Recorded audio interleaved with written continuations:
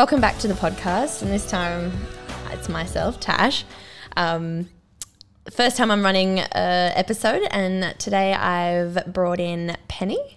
Hi everyone.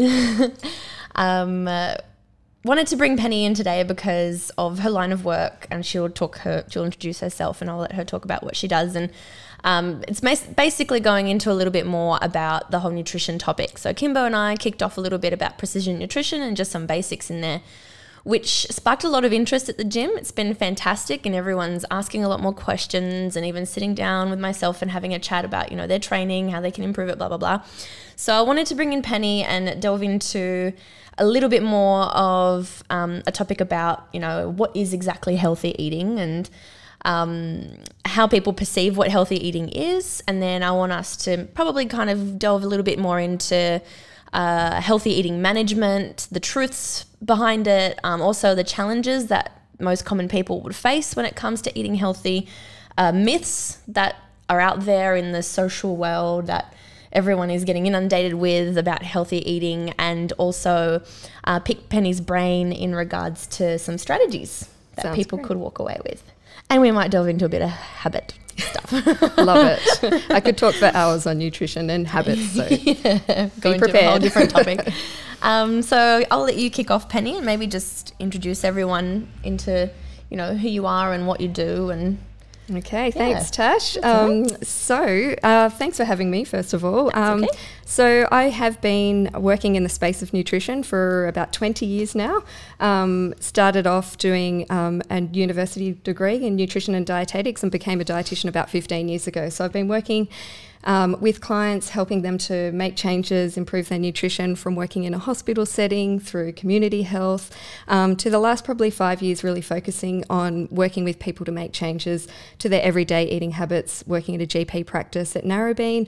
Nice. And I also work with online health programs as well, so covering a lot of areas of nutrition. I just see that you're on a morning show as well. I've done a couple of TV things this year and last year. Nice. So yeah, it's always nice to get out there and talk about nutrition and be really, realistic about nutrition. We all eat food, so we all have opinions and thoughts about what the right way is to eat. But it's really challenging with all the messages that we've got out there. We've got social media throwing messages out there all the time about what we should be eating, what types of foods, what eating patterns and all that kind of stuff. And my goal is really to help people to understand nutrition and find what's important for them and how to make those changes right for them. Yep.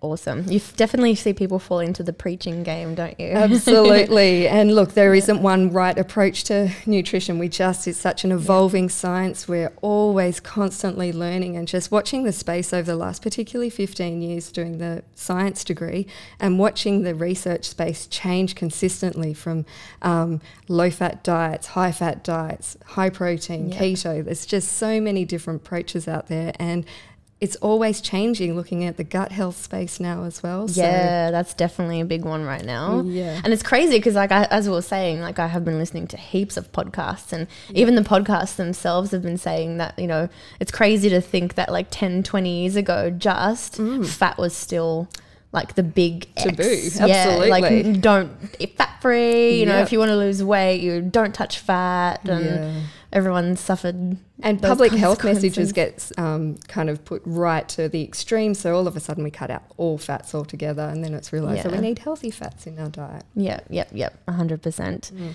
So let's delve into just kicking off with healthy eating then. So how would you define healthy eating? That is such a good question with such a really broad answer. And everyone has, I guess, their own opinions on it, as I said before. But to me, healthy eating is really limiting processed foods, first of all, and secondly, going for plant-based foods, lots of vegetables, lots of fruits, lots of grains, lots of bright coloured foods. Variety is important. Getting lean meat, chicken, fish, eggs in your diet, but it's going for those unprocessed types of foods. And healthy eating will differ for every person, but it's understanding your eating personality and then finding the approach that works for you, that you can sustain a consistent quality eating pattern for life, I guess. Yeah, and I guess that's kind of where people trying to follow other things that are being, you know, praised about, that's where it kind of gets skewed and goes wrong, doesn't it? Absolutely. And look, I'm all for everyone trying all different approaches, but 100%. It's once you go through something, if you realise it's not working for you, it's adapting and realising that your expectation might not have been, like your goals might not be meeting your expectation. Yeah, because it definitely delves deeper, doesn't it? From there, that there's like that whole vicious cycle of failure comes in. Yes, don't forget. Yeah, absolutely. The eating cycle, and I think you might have mentioned it before in the Precision Nutrition podcast about disordered eating, and that is such a big factor when we're trying to get people to eat, improve their eating habits. It's putting it into an perspective that's healthy. It's not too restrictive, so you can still eat the foods that you really enjoy, but mindfully, and finding your eating pattern that works for you. Yeah, nice. So going in from there, what do you think are like the challenges that people would face, or like the challenges that you've seen people even face? Yeah, over the years, and I guess working with individuals to help them with their eating changes, one of the big factors is expectations and what their expectations are about healthy eating. Definitely. And if I see one of my clients come in to me and say, I want to eat like this or be this particular weight and I want to do this in a certain period of time, their expectations might not meet what their day-to-day life is. So they can't actually do what they need to do to be able to meet those expectations, and so then they fail. And then they blame themselves and get into a vicious cycle to say, I'm failing, I failed the diet, I can't do this, there's no point. And it kills me when you're walking through the supermarket and you see like new idea. Yeah. Kim Kardashian got her 10-kilo body in 30 days, and you're just lose that baby weight, do a quick smile. I think it's all about setting the challenges that we face as social media. I guess we're inundated with messages telling us to eat this way, eat this food, this is the best food to include, this is going to improve your health by doing this.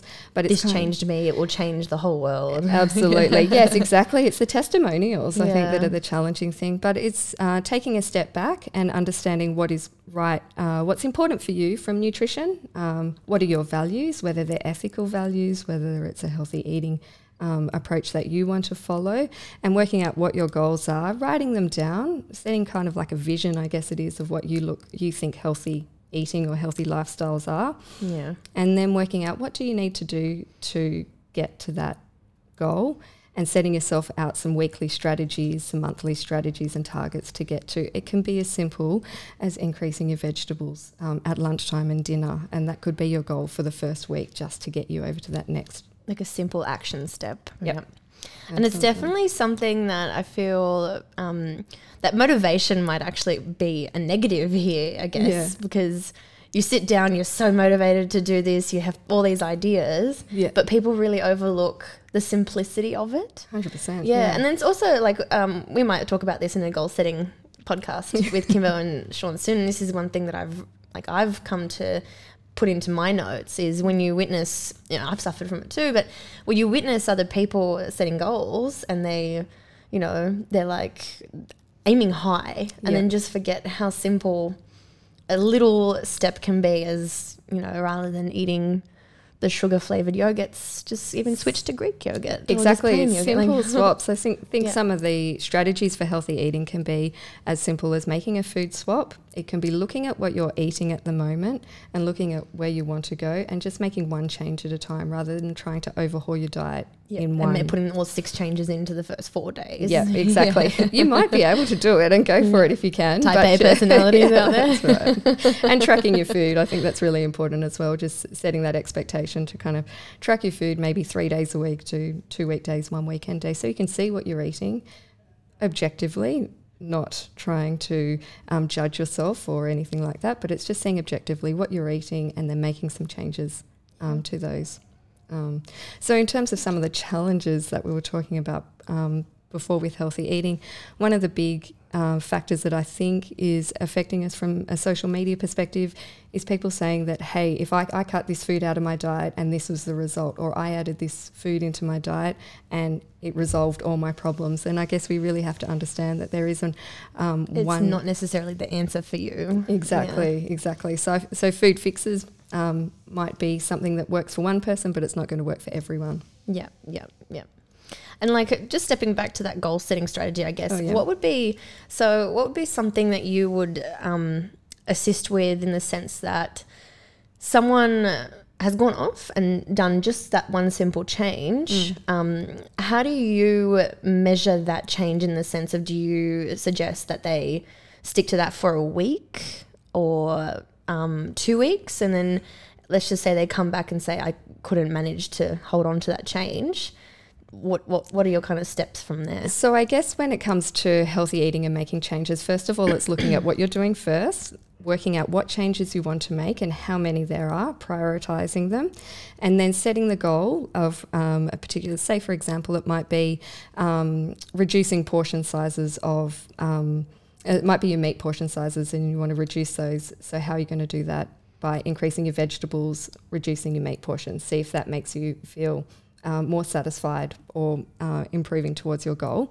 Right. So you're not necessarily actually cutting the load down off the plate, you're just shifting around. Exactly, shifting the volume, but then you're looking at your appetite and seeing how satisfied you are at the end of the meal. So I would try and do a particular change set yourself your goal of doing it 3 or 4 times a week, and you might set the goal of doing it maybe 2 or 3 weeks in a row. And if you can't do it after 3 weeks, it might be looking at what's actually happening there. You might know actually after the first day. Yeah, right. Okay. I know what I need to change. But you might, with practice, one thing that I keep telling my clients all the time is that you're not going to get it right the first time. You know, it might take you 4, 5, 6, 7, 8 goes to get it right. It's just like training in the gym. You don't expect to be able to get a particular movement straight away. Yeah, you're not going to be snatching first day body weight. Muscle upping? Like how many years? 3 years and still trying. But that's nutrition. It's practice and it's training and it's implementing strategies towards working towards your goal. Yeah, nice. And then I guess also going from there, I think you kind of started going into it a little bit, but delving a little bit more into like those challenges / myths.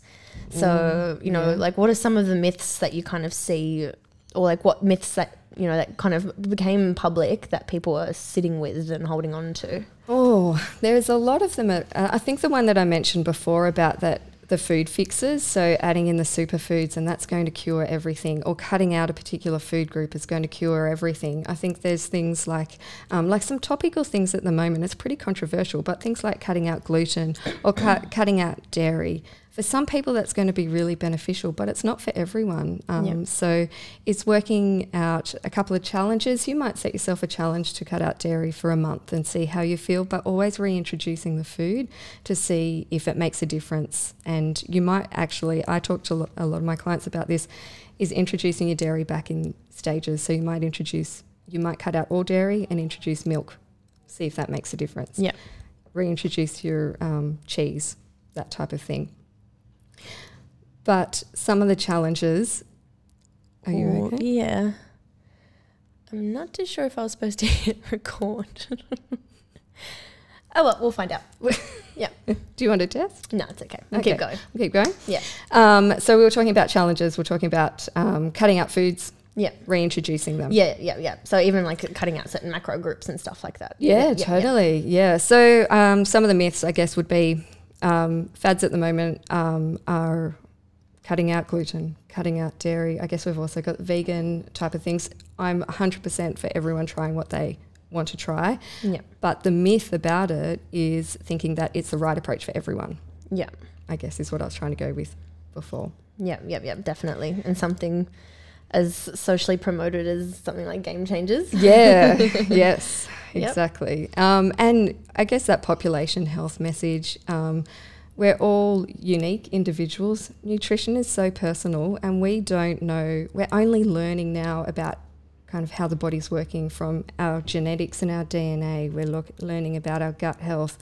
And to be able to say a particular eating pattern is the right approach is what I guess one of the biggest myths is around. It's definitely like one of the most wrong things that is still happening, I guess. Oh, and it sets that expectation for, it sets everyone up for failure, I guess. Yeah. And it's judgment as well, I guess. People perceive that if you... because they've seen a friend successfully accomplish it. I want to be like that. So I'm going to do it now. And then the whole failure chain comes in. Exactly. So I guess my philosophy is all about habit changing and working out what's right for you. And helping identify where your triggers are and what your cues are for either a good or a behaviour that might need changing, and working out what the solution is for each of those behaviours that you want to change. Yeah, okay. So going to habitual change, yes, we'll go there. Yeah, we're diving into the deep end here. The habit loop. Yeah, the habit loop. So I think Kimbo's brought it up a lot. I think it's the Atomic Habits book that he's absolutely I loving. haven't read that yet. Neither. I'm really dying to read it too because it sounds fantastic. Yeah. But like as we were saying before, like nutrition definitely, majority percentage of it really does come down to habit and like behavior and habitual change. Yeah. So, you know, obviously the things that you're doing right now that are not necessarily working for you have become habit to your daily life. And they even still, some of our eating habits are ingrained from childhood, and then they're a learned behaviour that we subconsciously revert to. Yeah. So it's like reward, yeah. And that could be a positive or a negative reward. So it could be a feeling that we have that we're trying to hide and kind of choose food to resolve that issue, but it doesn't necessarily work in that way. So we've got to try and sit with that mindfully and listen to emotions. So I think mindset is a massive area. So kind of key areas that I'm really interested in is mindset, kind of gut health, DNA, and eating habits, and how they all interlink together.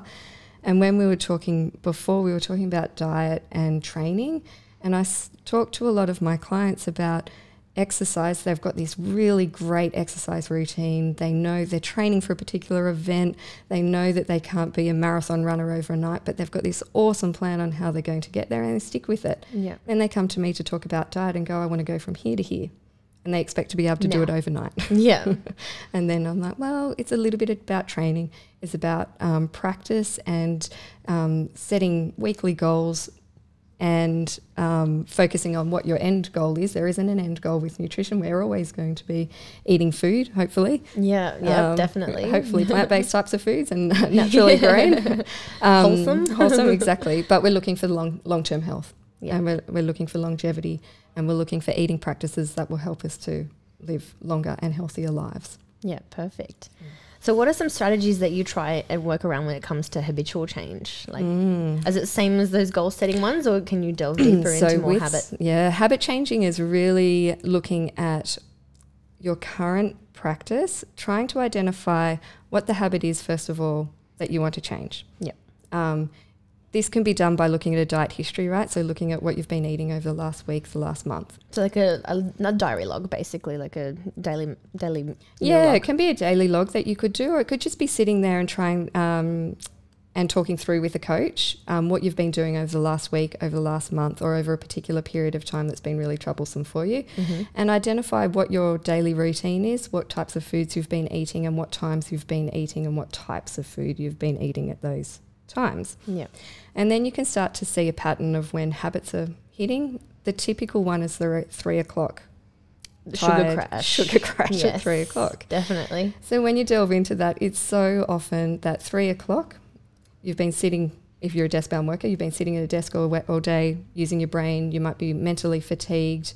You could be tired. You might have had to get your children off to school, then you've been sitting at your desk, you've been in meetings all day. So you are actually tired, but you're going for a quick pick-me-up. Yeah, your body's like, what's readily available? What can I have in the next 2 minutes? Yeah, exactly. So then your habit at 3 o'clock is to go down to the coffee shop, get your cookie, get your coffee, you pick-me-up. Yeah. But that's adding an extra indulgence into your diet. It's adding extra caffeine, so then your sleep's going to be affected at the end of the day.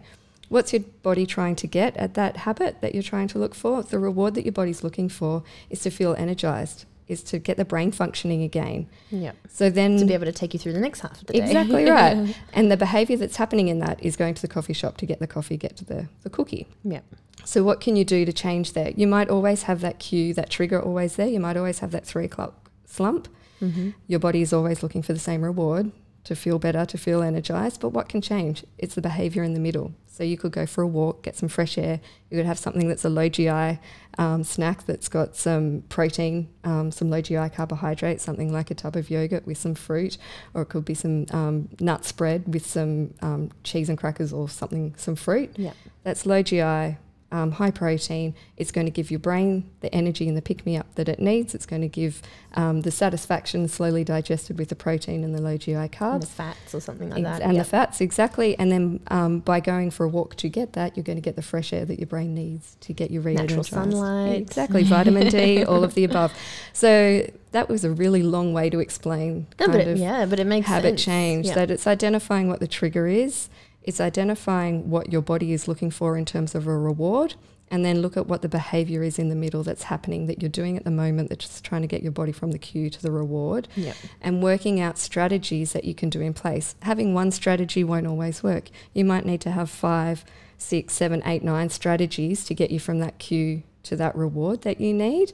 And it might be sitting there and going through each of those 5 strategies before you actually get to the reward. Another one that I see all the time is eating after dinner. And you know, that snacking of sitting in front of TV. Yeah. The cue is I've had dinner, the day's ended, I'm tired, I'm just going to sit in front of TV. Dessert. It could be dessert. Yeah, it's dessert time. Yeah, trigger, exactly. And your body's looking for relaxation. Yeah. Is looking to wind down. And then we'd often go for something that's processed or sweet or crunchy, whatever your texture is that you're looking for at that time. Most people are either going for sweet things or salty, crunchy types of things. So you see the cue, you see the reward of something to do, something relaxing, but the behaviour at the moment is choosing a food that's not contributing to healthy eating. The best option. Exactly. So then you might swap it and go, you know what, I might create a little cheese platter that's got a small amount of cheese, lots of veggies, little handful of nuts. It could be have a handful of berries on it as well. So you've got a snack platter that you can nibble on while you're watching your Netflix. Yeah, that's perfect. Looking for your relaxation. Then you're getting a serve of veggies, getting a serve of fruit, some healthy nuts, healthy oils, and you're getting a dairy serve as well. Yeah, awesome. Another one I see as well a lot of the time is boredom and procrastination. Boredom. Hugely, yes, absolutely. I feel like a lot of people, even, you know, as I've delved into a little bit more consultation and chatting to people, that the biggest one that a lot of people suffer with is, and it's pretty good that they notice it already themselves. That's one of the biggest cues to habit change, triggers to habit change, is being able to identify what the habit is. It's accepting it, it's there, and then really delving into being able to identify when that trigger is going to happen. So if your triggers are not a time-based one or like a feeling tired, but it could be feeling angry. It could be feeling, you could be excited. You know, some people go crazy when they're feeling excited and energetic, and then they have a glass of wine, and then the next thing it's all downhill from there. Your food choices. So it's really about identifying what those emotions are as well. And then working out the behaviour. When it comes to boredom, those, I gave an example before of a snack platter, but it can be non-food too. It could be simply entertain yourself somehow. Boredom's the cue, right? Sounds really lame, but it can be literally picking up a pen and paper. And for some people it might be journaling. Some people might be doing Sudokus. It might be doing crosswords. Code crackers, exactly. It's just sometimes remembering that we do have some other tools at our at our hand to change those habits and work out that there is something else. So we're not looking for food when it comes to boredom or tiredness or sadness, whatever it is that's your trigger. Yeah, exactly. And even just like preparing for that. Like if you know you suffer from it, I guess. Like you know that there's going to be a time in the week that's going to happen because you're sitting around catching up on like, you know, back-to-back episodes of something, and generally TV is the biggest trigger as well because like you just want to mindlessly eat. But like buying that trail nut mix or, you know, preparing the chopped up fruits and veggies so it's like readily available, just as readily available as the chips. I think one of the keys to success with healthy eating is being planned and being prepared. So if you don't have the tools available for you to achieve healthy eating, it's going to be really difficult when you're in the middle of a trigger happening where you're bored or tired. You can't think about food. You're just going to grab whatever's in the cupboard available to you. Yeah, and nor are you even bothered to spend the hour trying to prepare something amazingly like gourmet. It definitely is a big one there. And it's exactly like what you're saying. Like I was saying to Sean and Kimbo and stuff, like you do really realize that all those little bad habits and like naughty treats and like the constant of them, you almost do notice that they come because of lack of preparation. Hugely. Yeah. And it creeps up on you without even realizing. Yeah. So that's where taking time for healthy eating to understand your current patterns by doing a diet history, looking over like the last week, last month is what I said before. So then you can really understand what your behaviors are, where you want to make changes, and be planned and prepared for it. So it's not going to happen overnight. You're going to be able to fix all your bad habits in one. It'd be really nice. Yeah, no, just wake up like, oh my God, it's all gone. Yeah.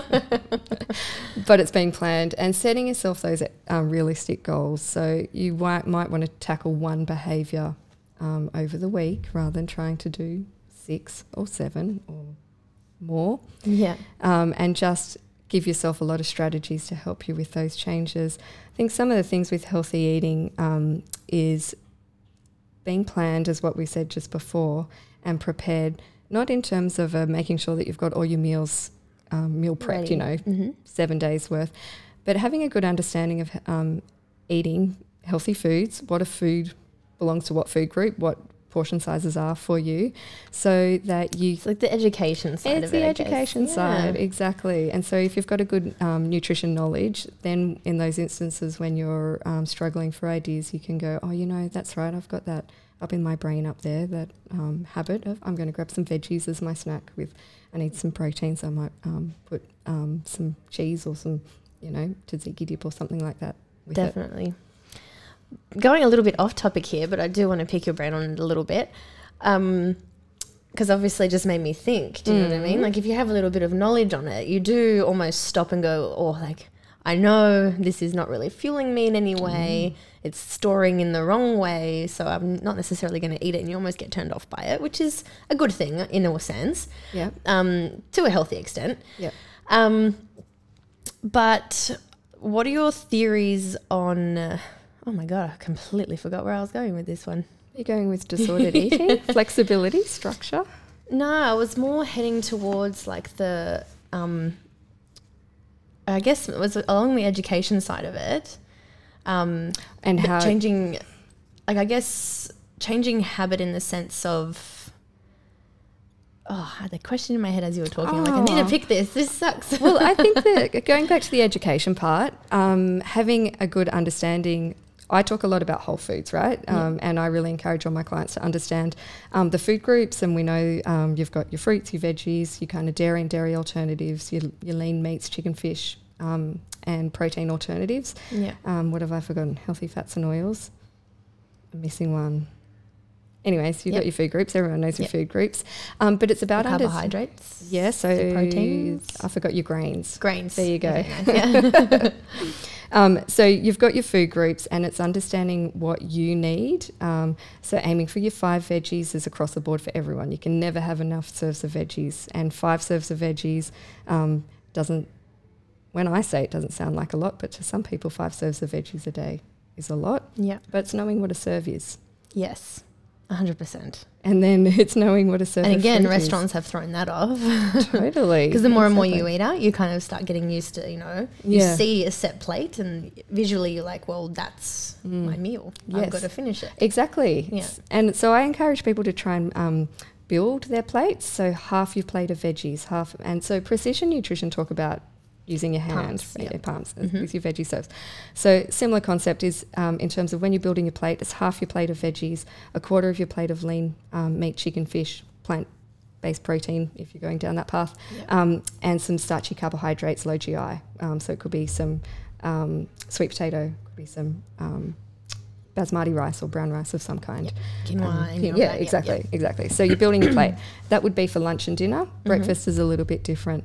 But if you can sit back and spend some time understanding food groups, what a serve is, so that you know what your quantities that you need, and you can sit back and have, like, I call it a flexible plan where you can build your day. So you might aim for something at breakfast that you might aim for a grain serve, a fruit serve, and a dairy serve. Okay. And then at lunchtime, you might aim for a protein type serve and a couple of veggie serves and a healthy fats and oils. And then at dinner, you'd go for 1 grain, 1 meat, and a couple of serves of veggies as well. And you break it up into a variety and just try to get good quality foods and good variety within each of those meals. So you can make some healthy eating really simple. Yeah, yeah. Awesome. There you go. And it can be flexible. Yeah. You know, we don't follow eating plans every single day our lives. You know, we have birthday parties, we have celebrations, we have Christmas that's just gone. Oh, exactly. And you're going to learn that there's like foods that are not going to sit well with you, especially in this time of year, because the excess of it starts coming in, and like that my gosh, puffiness, the water retention, everything kicks in. That 5 o'clock beer has become a habit. Yeah, and now you're like, am I not still on holiday? I got back today. I heard someone say things start on Monday. Yeah, that's what Sean said. Everything starts Monday. But I would challenge that, and I say that your healthy eating starts at that right now. So even if you make a choice that's not aligned with your goals, it's getting straight back onto the next meal that you eat is going to be a better choice. Yeah, and that's where the all or nothing people really falter. Yeah. Right? Yeah. So they're the people that, you know, like they're going at it, one meal fails and they're like, it's done, it's over. Whereas, you know, you definitely can stop and just say, like, it's okay, I accept that one problem. Yeah, and that's where understanding, exactly, and understanding your personality is really important when it comes to what eating pattern that you want to be following. And I think I was listening to something, I had 6 hours in the car, so I listened to a lot of podcasts, but some of them were talking about having kind of a long-term plan for your eating pattern, and then you might want to have you might give yourself a month challenge to try and do something right, keep your diet on track and make some changes. But then you know that you might be coming up to, say, Easter's, I know we just finished Christmas, but you know, you might be working to Easter. So you might give yourself a challenge until Easter, and then over Easter you relax a little bit. So you just dim the switch for your dieting plan over that Easter period, and then you turn it back up, dial it back up again when you've got time to focus. So I think looking at what your lifestyle is doing and working out what's important to you over that particular time, if you've got the time and energy to spend on really focusing on a particular eating pattern, go for it when you can. But then there's going to be times where it's going to be too difficult. So rather than switching off completely, it's just dimming it back and going back to an easier pattern. But that's still focused on good quality, the quantity and consistency. Yeah. And trying to stay mindful about it too. 100%. Listening to your appetite and satiety is so important. Yeah. And how many people are really not in tune with it too? Yeah, and I think that's where some of the fad diets tell you to eat at particular times of the day. Ignore your hunger. Exactly. You're told to eat this and you're told to eat this at this time. So I remember what I wanted to go to. Oh, cool. Which is kind of going down this track right now anyway. We're rambling. So what I wanted to ask and pick your brain about was obviously restrictions and obviously going into this part. Do you know what I mean? So one thing that has definitely I loved learning about was that, like, and especially what precision nutrition teaches, it's not don't say no. Do you know what I mean? They say, like, don't say you can't have this, don't say you can't have that. They teach you about this whole eat more, eat some, eat less list of things, and they pretty much say, like, don't say you can't have it, just try, you know, stick to it maybe on the weekends, like that 80-20 rule or something like that. Absolutely. I think that's really important. I think when one thing that I often revert back to is the concept of the pendulum. If you apply too much restriction and you're pulling back to the restrictive eating this way, as soon as you let go, you're going to go swing right back to indulging. Polar opposite. So it's a pendulum. When you're trying to improve your eating patterns for a particular outcome, if you're wanting to lose weight or if you're wanting to gain weight or whatever, yes, you have to put a little bit of restriction in there, but you don't need to pull the pendulum back as far as what you think you need to. So it's just having that small shift so that you can let go and you don't swing all the way back the other direction into overindulging, letting go completely. So, and I guess it's also like coming down to like saying maybe, like, you know, you can't, like, just don't say you can't have it. Maybe let's just go, like, let's just say someone wants to start on Monday because that's the mentality, but they go, okay, it's all starting on Monday. Maybe on Friday, have some. For sure. And it's about it's setting yourself boundaries. And setting yourself boundaries within what's allowable for you, and how restrictive is that restriction, how's that going to impact your mentality, your mindset, your appetite, your way of life. There's a few things to think about there. And if your restriction is so tight that you can't eat out with friends. You can't go to the coffee shop and have a coffee and something. You just have to sit there and having a glass of water or whatever it is that you're restricting. That's preventing you from living a normal life. Definitely. So and there's no longevity there. Yeah, exactly. So it's finding that balance. And as I said, yes, you need some restriction there, but it's about setting the boundaries of when can you have them. You might say you might have 2 alcohol-free days a week, or you might have 5 alcohol-free days a week, but allow yourself to have some at the weekends. When you're going to be with friends. Exactly, in social functions. Life, The one caveat to that is that not letting loose and not letting it go out of control, because I think some people, when they've done the 5-2 approach, on the 2 days of restriction, they're really good, but on the other days, some people have... It's almost so pendulum shifting. It's so restrictive that you end up blowing out your calorie intake. I don't particularly focus on calories, but fundamentally, that's what you're looking at. Exactly. So it definitely has this point, doesn't it, where, you know, like, I guess it's there, it really comes down to that mindset and even the way you're talking to yourself, I guess. Hugely. The mindset and the mindset of healthy eating is as important as the foods, because your mindset is helping you choose the foods that you want to eat. And we all know, realistically, particularly this community, they're pretty health conscious. They know what healthy eating is. They know that we should be eating more vegetables, cutting out the processed foods. What should be done. What should be done. But, you know, it's enabling that change that's really the key, the missing factor. It's about, how do I make those changes? What changes do I need to make? How strict do I need to be with those changes? And how do I talk to myself about those changes? Exactly. Like, I guess saying, like, rather than just saying I can't have chocolate. You know, you could say, like, I can have chocolate, but I don't need it. You can, exactly. And, you know, and then it's thinking about, why do I need that chocolate? What is that chocolate? What's triggering? Here's the cue. Here's the cue. All right, that's right. I'm actually hungry. So I might actually go and have thirsty. Some. Or thirsty, exactly. And then it's looking at, I think that little snack platter that I was talking about before can be some really good strategies when you've got cravings. I know I talk to a lot of women about emotional eating.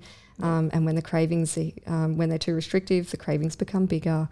They want more of the foods that they're cutting out. So it's learning to find a pattern that suits you to include small amounts of it. Sometimes that can be really difficult at first. It might be that you do need to have a bit of a, like... Because they're so used to the volume that they want. Exactly. So you might need to say, okay, I'll give myself a challenge of 4 days without that particular food. And then when you have reintroduced that food, it's having it in portion control. It might not be having the food in the cupboard, but you might, you know, have a small portion of it from the shops. Try it, get it out of sight, out of mind, and keep doing that until you're more confident and comfortable to have that food in the house all the time. What about also, that made sense.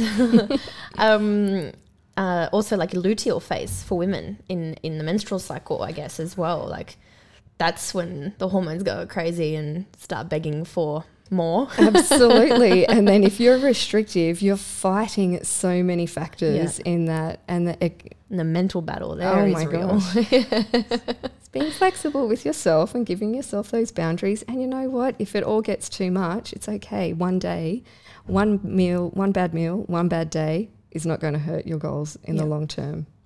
You haven't lost it all. No, that's exactly right. Exactly. Yeah, nice. Yeah. So going into probably a little bit more, that's okay.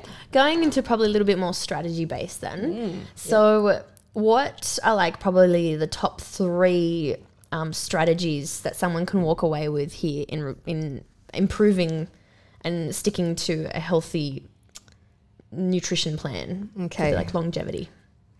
Top 3. I'll relate them to quality, okay, quantity, and consistency. Okay. And so what I mean by that with quality is having good quality foods. Nice. So one of the top... wholesome, fresh produce. Absolutely. Yeah. Making sure that you're getting into a habit of shopping each week, getting good, fresh, quality vegetables, fruit, grains, that type of thing, lean meats, chicken, fish. So having that good quality and good variety. And even making your own things of like the foods you like. Absolutely. Absolutely. Yeah. And it's being able to set aside time for that and prioritizing time. Like, I know I've got the 2 kids and working, and sometimes I don't have time to be able to do the things that I would love to be doing with prep. Like that. But that's my realistic thing. But it's making sure I've got the quality foods at home that we can do that when we have time. Yeah. Then it comes to quantity. So it's speaking with someone to understand what quantity you need for yourself. That would be my top strategy with that, is really connecting with a coach and really talking to someone to understand what you need rather than going to try and work it out yourself, basically, because there's too much out there. Generic plan again. There's too many generic plans out there, and we're too unique. We're all unique individuals and we all have our own needs and our goals. So getting the quantity right for you by speaking to someone that is knowledgeable in nutrition. Yeah, definitely. And especially like I was saying, even to Kimbo, like not necessarily for the everyday person, but a lot of people in here, like they're quite active outside of here, not necessarily even like there's office jobs and stuff like that, but we do have our fair people like that drive around, move around, tradesmen, and then come here and do the intensity sessions. You do see that like people actually realize how little they eat. Absolutely. To fuel themselves. And looking at the different, looking at your energy requirements is really important. And like calorie in versus calorie out. Yeah, exactly. And understanding what when we look at your energy in, or your body's requirements for energy, we're looking at how active you are during the day. What type of job? Are you sedentary? Are you kind of active, or are you super active? And then working out what your needs are on top of that with your training. So few elements. And then the last one was consistency. Perfect. So being planned. Habitual practice. Yes, that's the one. And remembering that with consistency, that doesn't mean perfection. That doesn't mean to be right every single time. It's just working towards consistency and continuously trying to improve and work towards what your goals are for an eating pattern. Yeah, back to the practice routine. Yeah, exactly. And remembering that your body changes, your lifestyle changes over time, your body's needs change over time, your exercising routine, your training will change over the time. So it's continuously going back to what you're doing and what your needs are for that consistency. Yeah, for that moment in your life. Yes, that's nice. the one. Awesome. Well, I definitely think we could ramble into a heap load of other topics because as you just said all that, my head was like, well. And this is all high level stuff. I can get really deep into some nutrition topics, but today's been great talking about just some of those habit changes and lifestyle easy factors. strategies that can be put into everyday practice, I guess. Yep. That's the one. Awesome. Thanks so much, Penny. Thanks, awesome. Awesome. Thanks. See you later.